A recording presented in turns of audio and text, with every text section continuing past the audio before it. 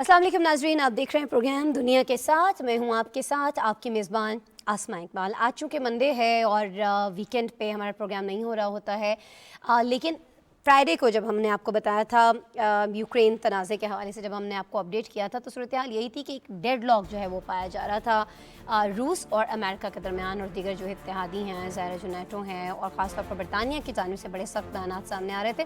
इतने सख्त बयानात सामने आ रहे थे कि रूसी वज़ीर ख़ारिजा तो प्रेस कॉन्फ्रेंस ही छोड़कर चले गए थे, जिसमें बरतानवी वज़ीर ख़ारिजा ने इस हवाले से बात की थी। बहरहाल जी, आज जब हम मंडे को ये बात कर रहे हैं इस तनाज़े पर ही आज हम इस शो का आगाज़ करने जा रहे हैं, क्योंकि इस वक्त ये तनाज़ा जो है ये मरकज़ निगाह बना हुआ है पूरे के पूरे इंटरनेशनल मीडिया की भी। हो ये रहा है कि कैफ ने रूस से सरहदी कशीदगी से मुतालिक अगले 48 घंटों में मुज़ाकरात करने का मुतालबा कर दिया है। यूक्रेन ने सरहद पर रूसी फ़ौजियों की तादाद में इजाफे से मुतालिक रूस से बाज़ाब्ता वजाहत करने की दरख्वास्त की थी, ताकि मॉस्को की जानिब से यूक्रेन के करीब और मुल्हिका क्रीमिया के अंदर फ़ौज और फौरी साजो सामान की बड़ी तादाद पर तबादला ख्याल किया जा सके, जिसका कोई जवाब नहीं दिया गया। यूक्रेन का मुतालबा है कि रूस कशीदगी में कमी और फौजी उमूर से मुतालिक शफाफियत के मुआहदों को पूरा करे। दूसरी जानिब जर्मन वज़ीर ख़ारिजा ने इतराफ़ किया कि यूक्रेन के बहरान के हल के लिए अब तक की जाने वाली तमाम सिफारती कोशिशें कारआमद साबित नहीं हुई हैं। यूक्रेन रूस से फ़ौजी कशीदगी कम करने के लिए अपने अज़्म के एहतराम का मुतालबा करता दिखाई देता है, और यूरोपीय सलामती और ताउन की तंजीम की ज़िम्मेदारी के तहत 48 घंटों के अंदर यूक्रेन के बहरान के हल के लिए मुज़ाकरात शुरू करना होंगे। रिपोर्ट्स बता रही हैं नाजरीन कि रूस के इत्तेहादी बेलारूस और यूक्रेन के करीब दीगर रूसी फ़ौज की मशकों ने खदशा पैदा कर दिया है कि रूस अपने पड़ोसी पर हमला करने के लिए बिल्कुल तैयार हो चुका है। बेलारूस के वज़ीर दिफ़ा ने अपने यूक्राइनी हम मनसब से फ़ोन पर बात की, जिसका मकसद दोनों ममालिक के दरमियान बातचीत की फ़ज़ा को बहाल करना और ख़ित्ते में सलामती को यकीनी बनाना है। आलमी रहनुमा भी रूस और यूक्रेन में बढ़ती कशीदगी में कमी लाने के लिए मुतहरिक हैं। जर्मन चांसलर यूक्रेनी सदर से मुलाकात के लिए कैफ पहुंचे हैं, और जर्मन चांसलर मंगल को रूसी सदर व्लादिमीर पुतिन से भी मुलाकात करने वाले हैं।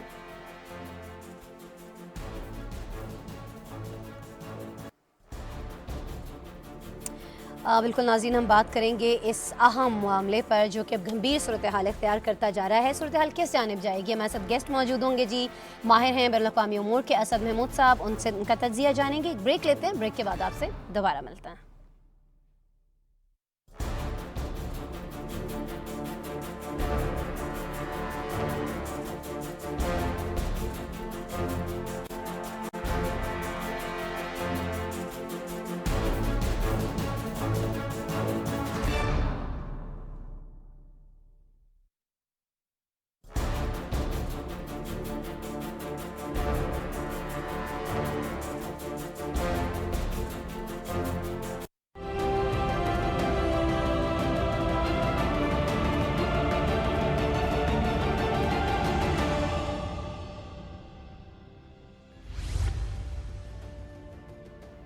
पाक चीन दोस्ती की शानदार रिवायत का एक और सुनहरी बाब, वज़ीर-ए-आज़म इमरान खान का कामयाब दौरा चीन। दोनों मुल्कों की आला क़यादत का खित्ते में इस्तेहकाम और मुश्तरका इक़्तिसादी अहदाफ के हसूल के लिए भरपूर अज़्म का इजहार। टेक्सटाइल, ज़राअत और IT समेत मुताद्दिद शोबों में ताउन बढ़ाने समेत CPEC फेज़ 2 तेज करने पर इत्तफ़ाक। इक़्तिसादी जोन्स में चीनी कंपनियों की मुंतकिली, फ्री ट्रेड एग्रीमेंट में नई आसानियों के साथ सरमायाकारी के मुआहदों पर दस्तखत, दो तरफा बाहमी एतमाद का तारीखी मजहर। आलमी और इलाकाई सतह पर मुश्तरका मुस्तकबिल की तरफ गामज़न। पाक चीन दोस्ती के 70 साल।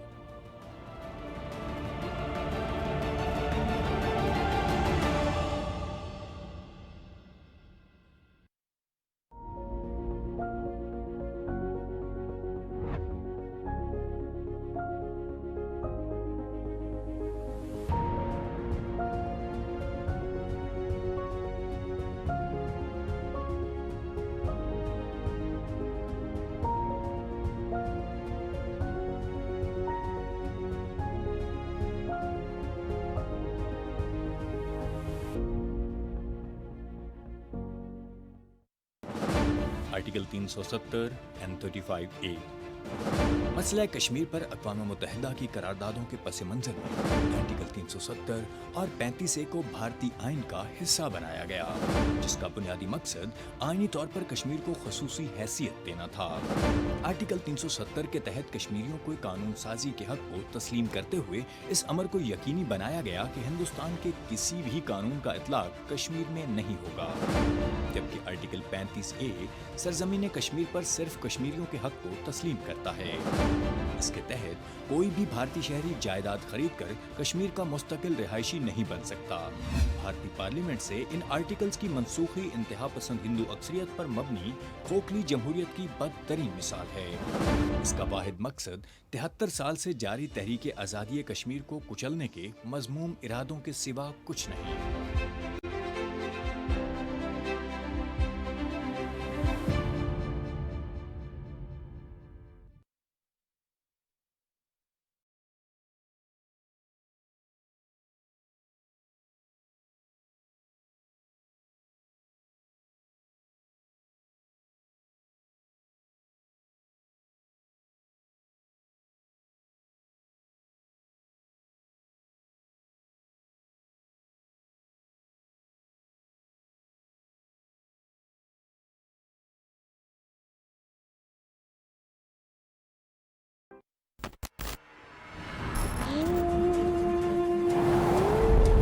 जब रेलवे मंसूबा मुकम्मल हो जाएगा तो आप सब लोगों को हज पर भेजा जाएगा।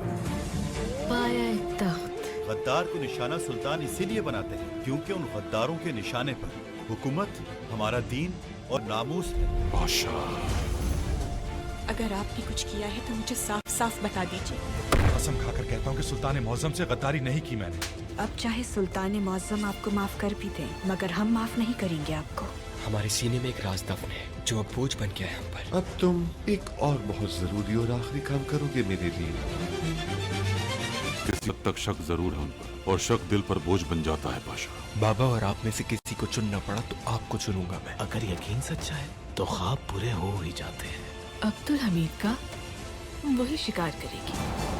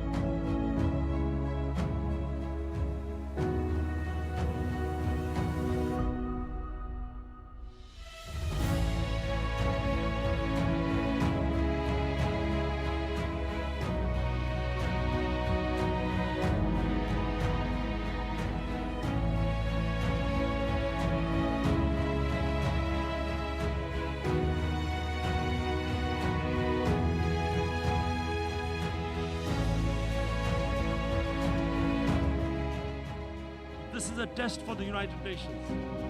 You are the one who guaranteed the people of Kashmir the right of self-determination. This is the time to take action.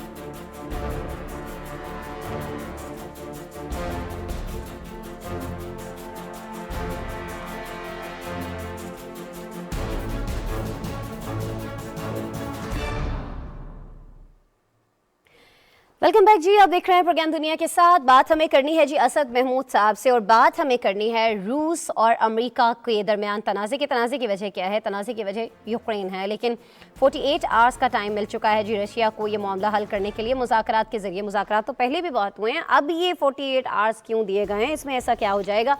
Asad Mahmood साहब से जान लेते हैं जी। अस्सलाम वालेकुम असद महमूद साहब। वालेकुम अस्सलाम आसमा, आप खैरियत से हैं? जी अल्हम्दुलिल्लाह। सॉरी, कुछ टेक्निकल वजूहात की बिना पे आपको वेट करना पड़ा। अच्छा असद महमूद साहब, ये फरमा दीजिएगा, हमारी पहले भी इस टॉपिक पर 12 मरतबा बात हो चुकी है। बहुत सारी चीज़ें जो आपने पेशगोइयाँ जो इस हवाले से की इस मामले को लेकर, वो बहुत हद तक दुरुस्त भी साबित हुई, बल्कि तमाम की तमाम ही दुरुस्त साबित हुई। अभी आप क्या देख रहे हैं नेक्स्ट 48 आवर्स में होता हुआ?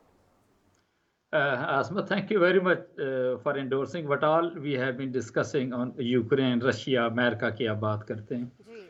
पहले तो जिस तरह आपने कहा ना कि ये जो तनाज़ा है ये अमेरिका और रशिया का है। आप इमेजिन करें, अमेरिका कहाँ पर बैठा हुआ है, रशिया किधर बैठा हुआ है, और अमेरिका ने आके एक कज़िया खड़ा कर दिया है। इन अ वे अगर देखा जाए कि अगर अब रूस का मौक़िफ़ तो मेरा ख्याल है बिल्कुल क्लियर, बहुत ही वाज़ेह है कि भाई अगर यूक्रेन के अंदर यूक्रेन जो है वो नाटो को ज्वाइन करता है, नाटो ईस्टवर्ड मूवमेंट करता है, तो रशिया की बॉर्डर के ऊपर तो फिर आप यूरोप को देखते हैं, इवन आप अमेरिका को एक लिहाज से देखते हैं। Certainly it is not acceptable at all अगर हम रशिया की बात करें तो। अच्छा, फिर एक और बड़ी आप इस सारे प्रोसेस में आप एक बात नोट कीजिएगा, चाहे अमेरिका हो, यूके हो, स्पेशली उनकी जो स्टेटमेंट्स हैं वो बहुत ही, जिसको कहते हैं, बरंगेख्ता कर देने वाली एक लिहाज से हैं। आप फील होता है कि जैसे ये नेटो के जो यूरोपियन ममालिक कम, लेकिन यूके एंड यूएसए वो ज़्यादा उसको ड्रैग करना चाहते हैं कि जी वो आए हर हाल के अंदर, और यूक्रेन के अंदर जो है वो उसको मुदाखलत करनी चाहिए, इन्वेजन करना चाहिए। और फिर जिसको कहते हैं, एंड फाइन, इसको ज़रा सा फर्दर जाके आप देखें कि भाई वो असले की फैक्ट्रियाँ आप कह सकते हैं कि वो भी आपको चलती हुई नज़र आएंगी। वो कोल्ड वॉर की आप बात करते हैं, सर्टनली वो भी आपको नजर आएगी। लेकिन इस वक्त तो पूरी दुनिया के अंदर, जिस तरह आप CNN को ले लें, BBC को लें, फॉक्स न्यूज़ को ले लीजिए, any European channel for that matter, उनके हेडलाइंस, और काफ़ी हद तक वो ऐसा लगता है कि सिर्फ उनको बाकी कोई मसला नहीं रह गया, सिर्फ ये यूक्रेन का। और फिर इन अ वे अगर रशिया का जो वो मसला है, मैं हकीकत बताऊँ इसकी, अगर डिटेल्स के अंदर भी जाएँ, इसमें कोई शक नहीं है कि ठीक है यूक्रेन के अंदर डिप्लोमेसी तो है, उसको डिप्लोमेसी को, या जमहूरियत को, सॉरी डिप्लोमेसी कह रहा हूँ, जमहूरियत को वो कहते हैं जी कि हम प्रोटेक्ट करना चाहते हैं।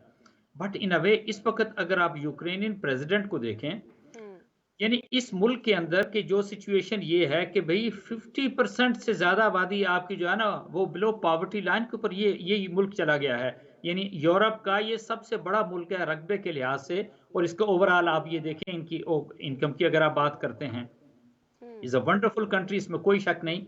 लेकिन अगर जमहूरियत को देखते हैं तो इन्होंने क्या किया कि जो इनके सारे अपोजिशन के लोग हैं उनको तो जेलों में बंद कर दिया है। So nowhere is that, obviously कि मतलब फिर कहूँगा कि वो किधर चलेगी डेमोक्रेसी इनकी। अच्छा, उसी के साथ इन्होंने टीवी को बंद कर दिया, अखबारात को बंद कर दिया, हर उस चीज़ को बंद करने की इस प्रेसिडेंट ज़ेलेंस्की ने कोशिश की है जो कि उनको क्रिटिसाइज करता है। सो तो जमहूरियत तो एक लिहाज से ना हुई ना। सो मकसद कहने का ओवरऑल अगर देखा जाए, और आपने जिस तरह 48 आवर्स के कहा जी कि नहीं, यूक्रेन ने कहा है कि जी नहीं, हम ये चाहते हैं कि हमारे मुआहदे हुए थे, उस मुआहदे के अंदर रशिया ने अब उसकी मूवमेंट एक लिहाज से क्यों नज़र आ रही है। तो एक तो ये सिचुएशन में आपसे बताऊं कि इस सारी बात को ख़राब करने में जो मेजर रोल आप देखते हैं वो तो अमेरिका का है। चाहे अमेरिकन प्रेसिडेंट की स्टेटमेंट्स को लें, चाहे आप उनके सेक्रेटरी ऑफ स्टेट को लें, नेशनल सिक्योरिटी एडवाइजर। इस मसले को हल करना आप समझते हैं कि अभी भी अमेरिका ही के हाथ में, या नहीं वो रशिया के हाथ में? देखिए, मैं एक आपसे अर्ज करूं, रशिया तो ही एब्सोल्युटली क्लियर। देखे ना, अगर वो किसी भी मुल्क के घर के ऊपर आके इतना बड़े, मतलब 30 ममालिक की वो बात करते हैं, अगर यूक्रेन इनको ज्वाइन करते हैं 31 ममालिक नेटो के हो जाएंगे। अमेरिका एक लिहाज से अलहदा बैठा हुआ है। उन्होंने वो कहते हैं जी कोई 50,000 टन के करीब एमुनिशन जो है वो अभी अमेरिका ने इमीडिएटली इन दिनों के अंदर वहाँ पर डंप किया है। एंटी टैंक मिसाइल जो है वो यूके ने भेजे हुए हैं। तो उनकी तो मैं वही आपसे अर्ज कर रहा हूँ ना कि उनकी तो असल इंडस्ट्री तो एक लिहाज से चल रही है। एक चीज बड़ा वो समझने की है, प्रेसिडेंट पुतिन जो रशियन ही सेज कि वो जो मिन्स्क एग्रीमेंट हुआ था और उसके अंदर जो शराइत थी उसके अंदर रहते हुए अगर आप चलते हैं तो हमें किसी किस्म को कोई एक लिहाज से प्रॉब्लम नहीं है। और उसी के साथ जैसे कि जी वो जो रशियन तहफ़्फ़ुज़ात हैं कि नाटो का ये मेंबर ना बने, नाटो के यहाँ पर अड्डे नहीं होने चाहिए, नाटो की ईस्टवर्ड मूवमेंट नहीं होनी चाहिए टुवर्ड्स रशियन बॉर्डर्स। और सर्टनली मेरा ख्याल है चाहे कुछ भी आप कह लें कि रशिया फाइन वो नहीं है जो 80s वाला था, बट इसके बावजूद भी इसकी एक बड़ी पोटेंसी एक लिहाज से मौजूद है। अगर आप देखें ना 4000 प्लस माने न्यूक्स जो हैं, न्यूक्लियर वेपन्स अगर वो यूक्रेन के पास हैं तो उससे तो कई गुना जो है वो मौजूद हैं रशिया के पास। और सबसे बड़ा खतरा मैं आसमा यहाँ पे कहूँगा आपसे, वो सबसे बड़ा खतरा जो अब फील हो रहा है, थ्रेटन फील कर रहे हैं, वो यूरोपियन कंट्रीज कर रहे हैं, नेटो के स्पेशली वो मेंबर ममालिक हैं। और आप इमेजिन करें आज की प्रेस ब्रीफिंग तो आपने मेरा ख्याल है देखी होगी, जिसके अंदर वो जर्मन चांसलर थे और साथ ही जो यूक्रेनियन प्रेसिडेंट थे। आपने थोड़ा सा बॉडी लैंग्वेज उनका ओवरऑल फेस, उनकी बातचीत की अदायगी वो भी सारी आप ये देख लें। उनसे सवाल किया गया रशियन से जर्मन चांसलर से कि भाई आप क्यों इनको जो है वो मदद नहीं दे रहे, आप मिलिट्री सपोर्ट क्यों नहीं दे रहे। तो उन्होंने कहा जी कि नहीं, हमने 2014 से लेके अब तक 2 बिलियन की सपोर्ट दे चुके हैं, 150 मिलियन हमने रिलीज कर दी इमदाद और 150 मिलियन यूरोस के हम उनको कर्जे दे रहे हैं। आप इमेजिन करें अमेरिका ने अपनी एम्बेसी वहां पे बंद कर दी है, दुनिया के दूसरे और 12 ममालिक हैं वो भी अपने एम्बेसीज को बंद कर रहे हैं, एयरलाइन अपनी मूवमेंट वहां पर खत्म कर रही है और देश से कि जी नहीं हम वहां पर ये करना चाहते हैं और वो करना चाहते हैं। ये है वो प्रॉब्लम, मैं आपसे बताऊं, इट इज नॉट अगर यूक्रेन की बात करते हैं या नाटो की बात करते हैं, ऐसा लगता है कि अमेरिका और यूके जो है वो उनको हल्के हल्के लेके जा रहा है कि चाइना को इसको रशिया को सक इन करना, उनको इन्वेड कराना और उसके बाद जो है ना वसला साजी को फरोख्त करना, सारा कुछ करना, कोल्ड वॉर की बात करते हैं। सच्ची बात है, फिर वही ईरा एक लिहाज से दोबारा आते हुए देखेंगे। That is exactly what I can see. और बट स्टिल आई से कि अगले चंद दिन इस सारे प्रोसेस के अंदर इंतहाई जरूरी हैं। Why it is so, because जब मिन्स एग्रीमेंट की हम बात करते हैं तो उसके अंदर रशिया था, उसके अंदर यूक्रेन था, बिकॉज वो तो उसके मुतारब ममालिक थे एक दूसरे के, और उनकी जो गारंटी है जो उन्होंने बातचीत कराई थी वो तो जर्मनी और फ्रांस थे। तो जर्मनी के जो चांसलर है वो तो चलो कल भी जा रहे हैं रशियन प्रेसिडेंट से डिस्कशन करने के लिए, लेट्स सी कि उसको वो क्या चीजें आती हैं। बट देखा जाए कोई अपना स्पेशली नाटो की तरफ से या फिर अमेरिका और उनकी तरफ से कोई ऐसी स्टेटमेंट नहीं आई कि जहां आप महसूस करें कि नहीं ये चीजों को ठीक करना चाहते हैं, हालात को बेहतर करना चाहते हैं। तो ये जर्मन चांसलर तो यही कह रहे हैं कि चलिए बाकियों की बात तो हम कर ही रहे हैं, जर्मनी का कहना यह है कि वो चीज़ों को सही करना चाहता है। अब जर्मन चांसलर जो हैं वो प्यूटन से भी मिलेंगे। आपको लगता है कि कोई इन्हीं के कुछ करने से, सालसी से कुछ ना कुछ सूरत हाल बेहतर हो सकती है, या आपको लगता है कि नहीं कोई फ़ायदा नहीं है इसका भी? नहीं, मेरा ख्याल है कि इससे अपना व्यू पॉइंट वो दे सकेंगे रशियन प्रेसिडेंट को। और फिर रशिया के जो तहफ़्फ़ुज़ात हैं सर्टनली आप जी सर मैं आपसे ये अर्ज कर रहा हूँ कि देखें रशिया के जो तहफ़्फ़ुज़ात हैं उसको तो किसी तरीके से उन्हें ना नाटो ने ना यूएसए ने उसको किसी तरीके से कंसीडर किया कि नहीं हाँ ठीक है, बल्कि वो ऐसा लगता है नहीं तो कि सर जर्मन चांसलर के आने के बाद क्यों कर लेंगे जब वो इतने दिन से नहीं कर रहे हैं, तो अभी इनके जर्मन चांसलर के कहने से करेंगे। ये तो ऐसा दिखाई देता है कि जब ये प्यूटन से मिलेंगे तो ये उन्हीं से कहेंगे जी कि आप कुछ करें। हियर इट इज, बिल्कुल ऐसा ही है। मैं ये फील करता हूँ कि जर्मन चांसलर को और जो फ्रांस के प्रेसिडेंट हैं उनको होना चाहिए, वो मौजूद हों इस सारे डायलॉग्स के अंदर और बिल्कुल यूक्रेन को साथ लेकर आएं। और जो मिन्स्क एग्रीमेंट था वो उसकी जितनी शिकें हैं उनको सबके सामने एक लिहाज से रखें, ना सिर्फ ये कि उनके तहफ़्फ़ुज़ात को दूर करें। सर्टनली अगर भाई नाटो के 30 ममालिक हैं, आप 31वां क्यों शामिल करना चाह रहे हैं, क्यों? यानी यूरोप के अंदर हकीकत में मैं आपको बताऊं इस वक्त एक स्टेट ऑफ अनसर्टनिटी एक लिहाज से एग्जिस्ट करती है और मुख्तलिफ तरह के जो बयानात हैं वो तो सर्टनली आ ही रहे हैं। G7 की धमकियों को भी आप देखते हैं, अमेरिका की धमकियों को भी एक लिहाज से देखते हैं। 2 घंटे की मीटिंग आप देख लें कि सैटरडे की नाइट को हुई है रशियन प्रेसिडेंट और अमेरिकन प्रेसिडेंट के अंदर, और उसके बाद जो एलामिया निकला वो ऐसा लगता था जी कि वो तो बेसिकली एक ऐसा वो एलिगेशन काउंटर एलिगेशन कह लें या थ्रेटनिंग और काउंटर थ्रेटनिंग का बेसिकली वो डिस्कशन थी। इसके अलावा तो किसी तरह की कोई बात एक लिहाज से नहीं हुई है। तो आप ये देखें कि अनफॉर्चुनेटली ये पूरी दुनिया ये कैसे गैर महफूज हो गई है इन ऐसे रूलर्स के हाथ के अंदर चाहे वो अमेरिका को अच्छा आप साहब, देखते हैं। एक तो पहले ही हमें आपसे रब्ता करने में ताखीर हो गई, दूसरा भी मामलात कुछ जो हैं वो बहुत इस तरह के चल रहे हैं कि आप यकीनी तौर पर उसमें डिटेल पे बात करना चाह रहे हैं, हम भी करना चाह रहे हैं। मुझे बस असद महमूद साहब ये फरमा दीजिएगा, क्योंकि अब तो हमारे घर में बच्चे भी जो मौजूद हैं वो भी पूछ रहे हैं कि जी ये जंग होगी नहीं होगी, तो आंसर है इसका कोई? मैं फील करता हूँ कि बिल्कुल इंसानियत को प्रिवेल करना चाहिए। जंग किसी मसले का हल नहीं होता, और रशिया भी certainly it would not want. और फिर एक चीज़ ये देखें, यूक्रेन बहुत ही खूबसूरत मुल्क है, आप यकीन माने। मैं थोड़ी सी आपको बताऊं, 6 सालों का ये MBBS 16,25,000 में कराते हैं पाकिस्तानी रुपए के अंदर। 6 साल की ये फीस लेते हैं सारे। और इस वक्त पूरी दुनिया से 80,000 स्टूडेंट्स मौजूद हैं यूक्रेन के अंदर। और मैं समझता हूँ यूक्रेनियन प्रेसिडेंट को भी, अगर वो किसी तरह का डिसीजन ले रहे हैं कि नाटो की छत्र छाया के नीचे जाना चाह रहे हैं या अमेरिका की छत्र छाया के नीचे जाना चाह रहे हैं, एक दफ़ा उनको ज़रूर सोचना चाहिए कि उनका मुल्क यूरोप का गरीब तरीन मुल्क है, वो इस तरह के सिलसिले नहीं कर सकता। अपने पड़ोसी के साथ किसी तरीके से उनको हालात बेहतर करना चाहिए। और प्रैक्टिकली टॉकिंग, आसमा मैं आपसे बताऊं, ये तो एक थिएटर आपको नजर आ रहा है ना जिस वक्त जो रशिया और यूक्रेन का है। यू नेवर नो कि अगले चंद महीनों के अंदर आप दूसरी तरफ शय देते हुए देखें, अमेरिका दे रहा है इसको इंडिया को, और इंडिया और चाइना को एक लिहाज से देखें। यकीन मानिए ये आगे वाला सिनेरियो इसी तरीके से आप देखेंगे। सो आई वुड सिंपली से कि रेस्पेक्टिव रूलर्स जो भी हैं, चाहे यूक्रेन की बात करते हैं, रशिया की बात करें, या फिर जर्मनी की या फ्रांस की बात करें, या पूरे यूरोप की बात करें, ये उनके समझने की बात है कि अगर ये जंग लगती है तो ये यूक्रेन तक महदूद नहीं रहेगी। This something very clear and they know it in their hearts and hearts कि डेफिनेटली ये स्प्रेड आउट करेगी, और जब स्प्रेड आउट करेगी तो सारे इसके लपेट के अंदर आ जाएंगे। बिल्कुल जी, ऐसा ही है, कोई भी फिर बच नहीं पाएगा, सबके सब लपेट में आएंगे। लेकिन ये बात शायद सब समझ तो नहीं रहे हैं, लेकिन इसके लिए जो इकदाम होने चाहिए इसको समझने के बाद अब वो अभी होते हुए दिखाई नहीं दे रहे हैं, इवन नेक्स्ट 48 आवर्स में भी। बहरहाल बहुत शुक्रिया असद महमूद साहब, बहुत अफसोस है कि आपसे रब्ता थोड़ा सा उसमें हुआ, बहुत ज़्यादा बात नहीं हो पाई, लेकिन जी अभी नेक्स्ट 48 आवर्स चूँकि उनको मिले हैं तो हम भी चलें आपसे नेक्स्ट 48 आवर्स में दोबारा इंशाल्लाह कोशिश करेंगे बात करें।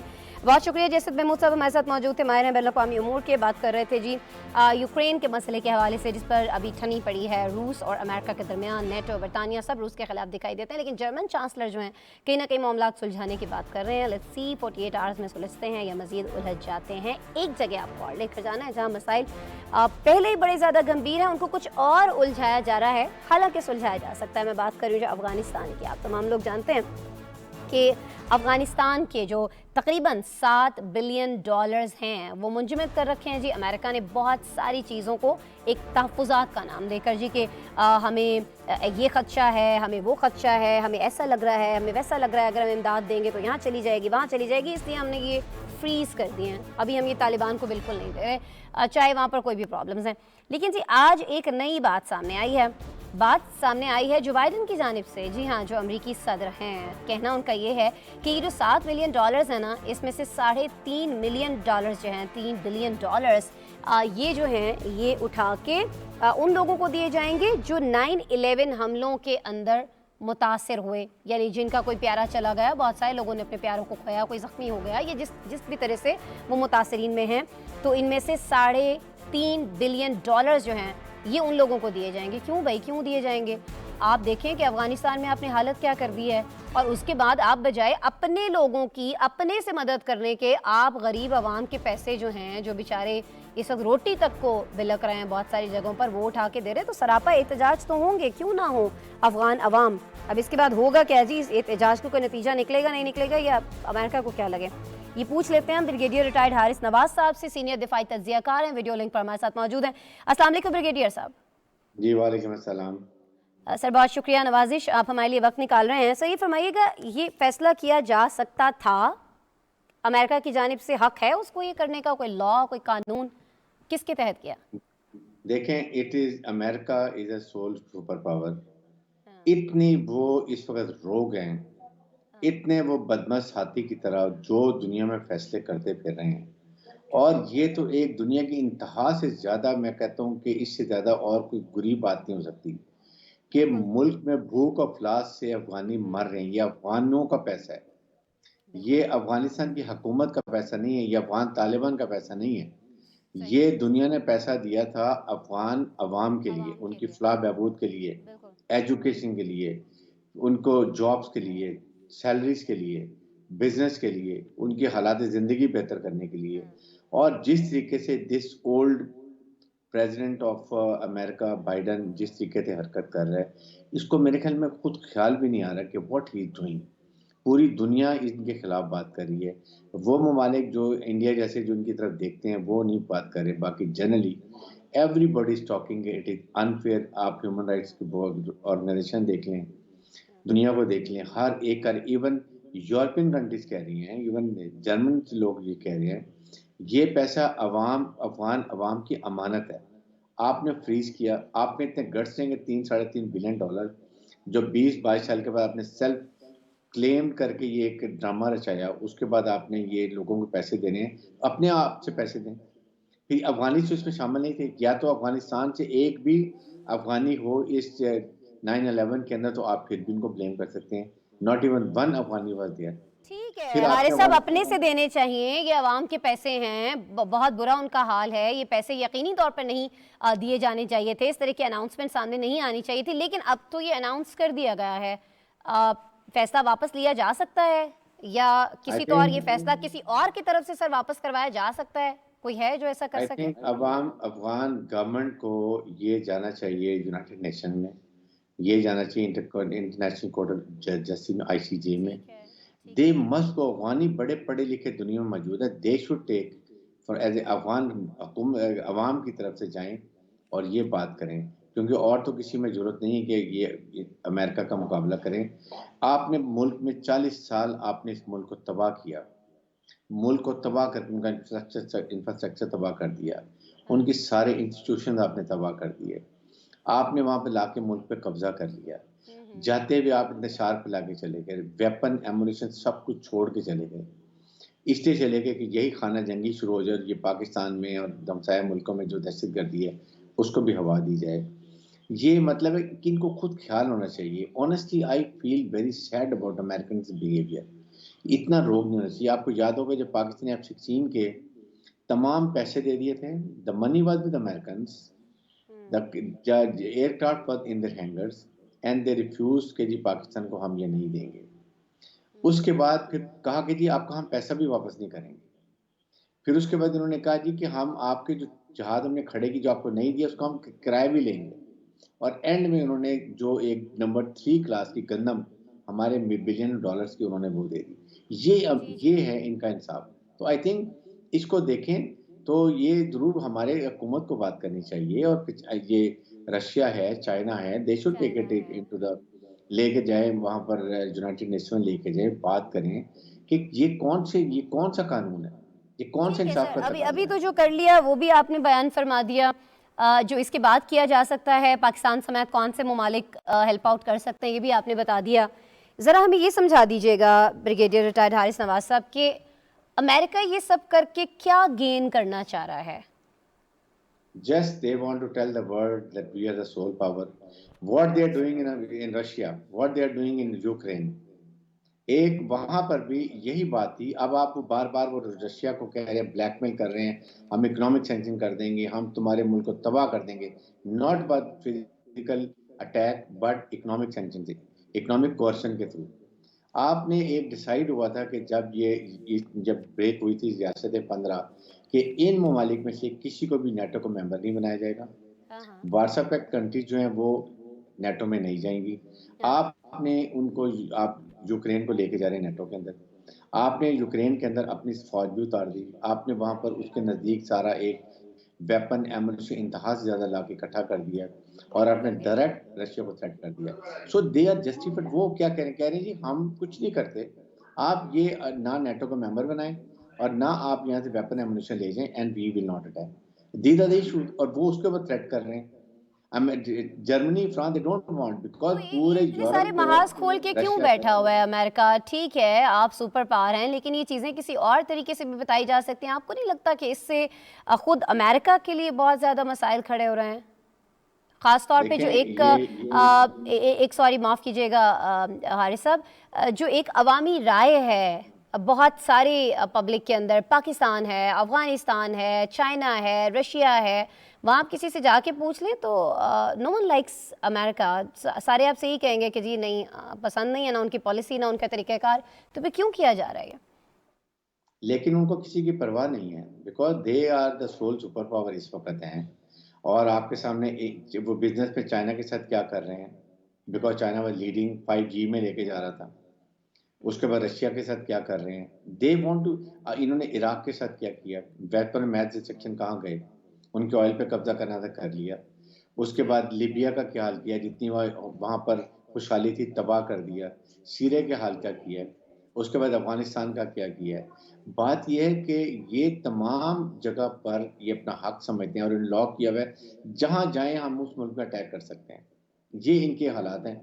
और उसके बाद ये सिर्फ पाकिस्तान के क्यों खिलाफ है, पाकिस्तान में क्यों दहशतगर्दी कर रहे हैं, बिकॉज इराक में, लिबिया में, सीरिया में वहाँ इसलिए पहुँच गए और उनके ऑयल फील्ड पे कब्जे कर लिए, उनकी इकॉनमी तबाह कर दी कि वहाँ की फ़ौज कमज़ोर थी, वो डिफेंड नहीं कर सकी।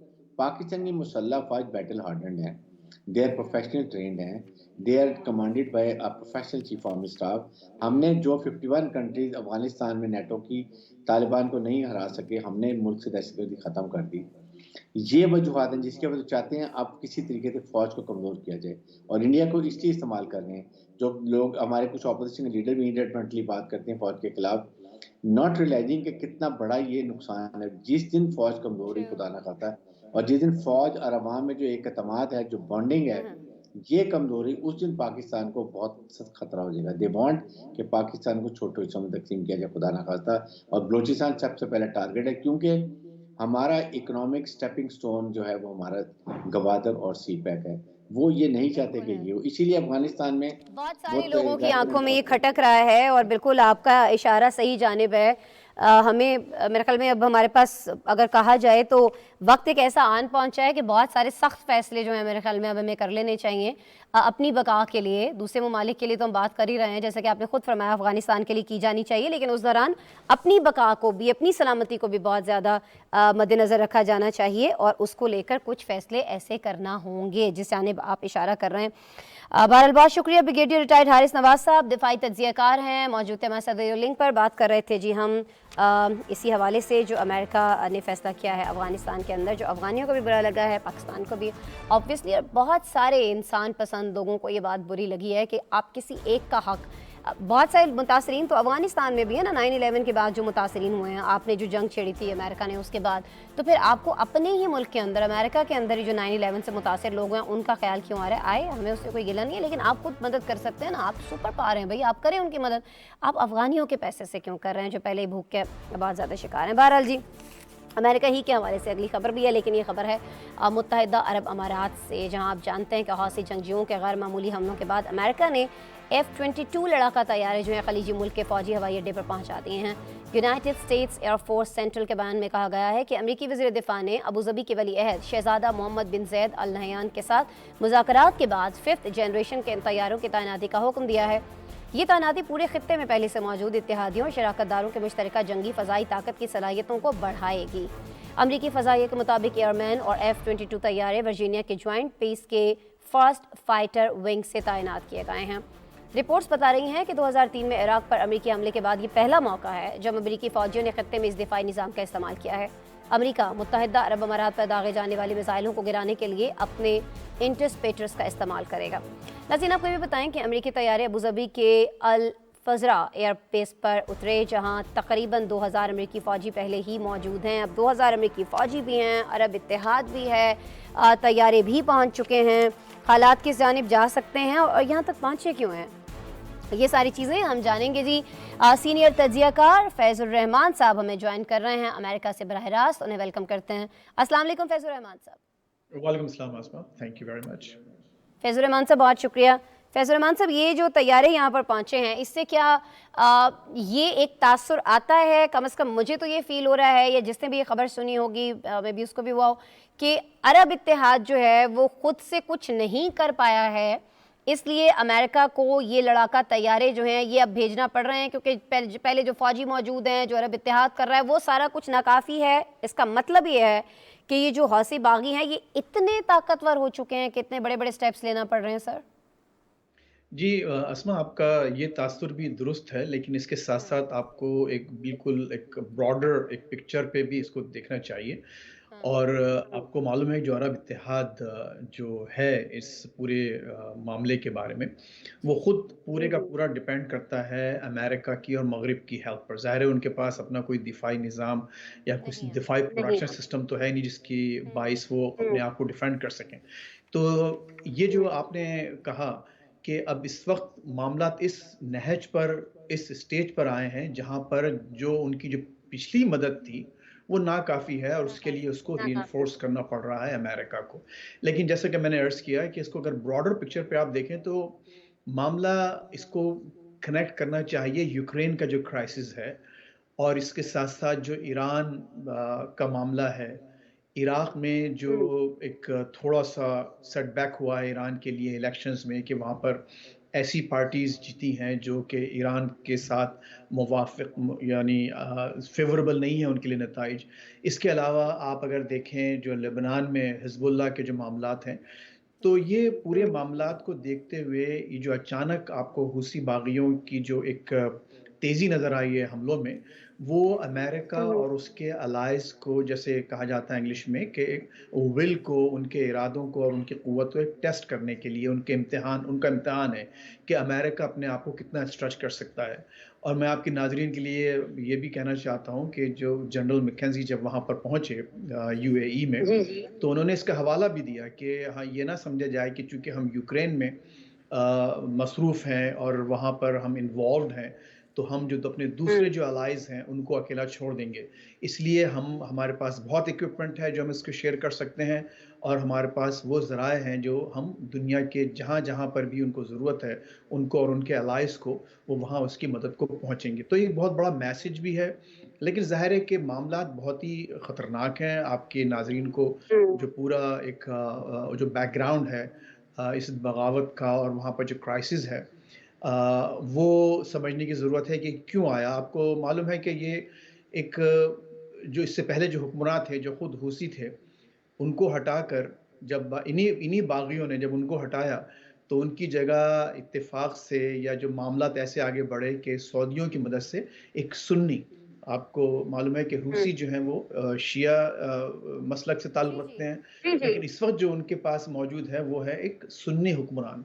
तो अब हुआ ये है कि हुसियों ने पिछले हुक्मरान के जिनके खिलाफ वो जिद्दोजहद करते रहे थे, उन्हीं के साथ मिलकर अब इस मौजूदा हुक्मरान के खिलाफ और सऊदियों के खिलाफ उनकी जिद्दोजहद है। लेकिन इसकी जो इम्प्लिकेशंस हैं बहुत वाइडर हैं, न सिर्फ इलाकाई बल्कि इंटरनेशनल लेवल पर भी देखना चाहिए। और जैसे मैंने अर्ज़ किया कि यूक्रेन का जो क्राइसिस इस वक्त बहुत ज़्यादा आगे बढ़ गया है, बहुत हीटअप हो गया है, उससे ये फ़ायदे उठाए जा रहे हैं रीजनल तौर पर वहाँ जो बागी और दूसरे जो रीजनल पावर्स हैं। फ़ायदे तो उठाए जा रहे हैं, लेकिन कुछ फ़ैसले ऐसे जिनके ऊपर बहुत ज़्यादा तनकीद की जा रही है अमरीकी फ़ैसलों के ऊपर, उनके बारे में सर आपका तज्ज़िया क्या है? ख़ास तौर पर अमरीकी सदर जो बाइडन ने जो हौसी जंगजुओं को दहशतगर्दों की फ़हरिस्त से निकाला था, क्यों निकाला था? क्या इसकी वजूहात थी? इस पे बहुत सारे सवालात उठ रहे हैं कि भाई ज़रूरत क्या थी ऐसा करने की, और अभी क्या वजह है कि मुतालबा किया भी जा रहा है कि वापस इनको उस फ़हरिस्त में डालें, तो क्यों नहीं डाल रहा है? देखिए, जब आप किसी तंजीम को, पूरे ग्रुप को एज ए होल जब दहशतगर्द करार देते हैं तो उसकी बहुत ज़्यादा इम्प्लिकेशंस भी हैं और रिपरकशंस भी हैं। और यही मामला आपने इसमें देखे थे जब तालिबान के ख़िलाफ़ जंग होती रही, लेकिन तालिबान को इट्सेल्फ उन्होंने कभी दहशतगर्द ग्रुप करार नहीं दिया। हालांकि जंग उनसे हो रही थी, लेकिन उनकी जो कुछ शख्सियात थी उनको ज़रूर उन्होंने लिस्ट पे रखा। और यही हाल यहाँ पर है कि जब इनको हटाया गया इसी साल फरवरी में, पिछले साल फरवरी में जब दहशतगर्द लिस्ट से हटाया गया, तो वजह ये दी गई कि यमन में ह्यूमैनिटेरियन क्राइसिस बहुत ज़्यादा बढ़ गया है और अगर हम ये पाबंदियाँ जारी रखेंगे तो उससे जो एक इंसानी अलमिया वहाँ जन्म ले रहा है, बल्कि जन्म ले चुका है, वो और बहुत ज़्यादा बढ़ेगा। इसके बावजूद कि उन्होंने इसको हटाया, इस तंजीम को, अंसारुल्लाह जिसे कहा जाता है हुसियों को, जो उन्होंने अपने आप को उस तंजीम का नाम अंसारुल्लाह रखा है, जब अंसारुल्लाह को दहशतगर्द तंजीम की फहरिस्त से हटाया, लेकिन साथ साथ उन्होंने जो उसके जो लीडर्स हैं, जो रहनुमा हैं, उनको उन पर पाबंदियां बरकरार रखी हैं। तो ये एक तरह का समझिए कि एक वहाँ के रीजन में, ताकि लोगों को जो इंसानी लेवल पर आम लोगों को मुश्किलात ना हो, लेकिन उनकी लीडरशिप पर पाबंदियां बरकरार रहें। और एक जो अगर मामलात हैं, मिसाल के तौर पर अगर इस बैक चैनल्स अगर डिप्लोमेसी वगैरह हो रही है, या मामलात जो हैं मुशावरत से और बहस से और आपस में मिलने से उसको हो सकते हैं, तो ये पाबंदियां अगर बरकरार रहेंगी तो बैक चैनल डिप्लोमेसी भी, या बैक चैनल जो निगोशिएशंस हैं, वो भी इलीगल हो जाती हैं अमेरिकन कानून के मुताबिक।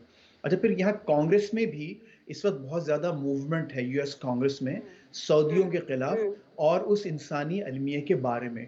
इस वक्त कई बिल्स इस वक्त ज़ेर बहस हैं कांग्रेस में, जो ये चाहते हैं कि सऊदी अरब और इसके अलावा इवन यूएई पर जो है वो पाबंदियां लगाए जाएं, और उनको जो असलाह दिया जा रहा है वो ना दिया जाए, क्योंकि वहाँ पर यमन में जो ह्यूमैनिटेरियन क्राइसिस है वो बहुत आम लोग जो हैं, मासूम जाने, बच्चे खास तौर पर, तो ये उसकी बहुत सी एक ब्रॉडर इम्प्लिकेशंस हैं इस मामले की, जिसको समझना ज़रूरी है। तो ये सिर्फ ये कहना कि चूँकि पाबंदियां हटा दी गई हैं लिहाजा अब उनको खुली आज़ादी है, वो जो कुछ करें, नहीं, ऐसा नहीं है। पाबंदियां उनकी जो लीडरशिप है उस पर बरकरार रहेंगी, लेकिन जो आम लोगों के लिए जो मुश्किलात पैदा हो रही हैं उससे आसानी पैदा की जाए, नंबर 1। और नंबर 2, जो बैक चैनल डिप्लोमेसी है, निगोशिएशंस हैं, उनको जारी रखने की एक इम्कान मौजूद रहे, एक अपॉर्चुनिटी मौजूद रहे। ठीक है, ताकि मुज़ाकरात जो हैं वो बिल्कुल किसी तौर रुक ना जाएं। लेकिन हम दुआ गो हैं फैज़ुर रहमान साहब के मुज़ाकरात हों, और जब हों तो इनका कोई ना कोई रिज़ल्ट भी निकले, क्योंकि मुज़ाकरात तो बहुत बार होते हैं, बहुत सारे मामलात में होते हैं। यूक्रेन में ही देख लें, बहुत कुछ हो रहा है, लेकिन कुछ उस पर उसका रिज़ल्ट जो है वो आता हुआ दिखाई नहीं दे रहा है। यमन में भी बहुत तबाही हो रही है, अल्लाह करे कि इस मामले का कोई ना कोई हल निकले किसी बड़ी तबाही से पहले। बहुत शुक्रिया बहरहाल फैज़ुर रहमान साहब, प्रोग्राम का वक्त ख़त्म हुआ है, आपसे मज़ीद बात आज नहीं हो पाएगी, कोशिश करेंगे फिर से आपसे किसी और टॉपिक पर भी बात हो रही है। बहुत शुक्रिया आपके वक्त के लिए। फैज़ुर रहमान साहब हमारे साथ मौजूद थे, अमेरिका से बात हम कर रहे थे सऊदी फ़ौजी इत्तेहाद के हवाले से, और ख़ासतौर पर अमेरिका ने जो तैयारी भेजे हैं हौसी बागियों से लड़ने के लिए, उसके हवाले से। कल रात आपसे दोबारा मुलाकात होगी। प्रोग्राम का वक्त ख़त्म हुआ, आपको बात से ख्याल रखिएगा। अल्लाह के बाद।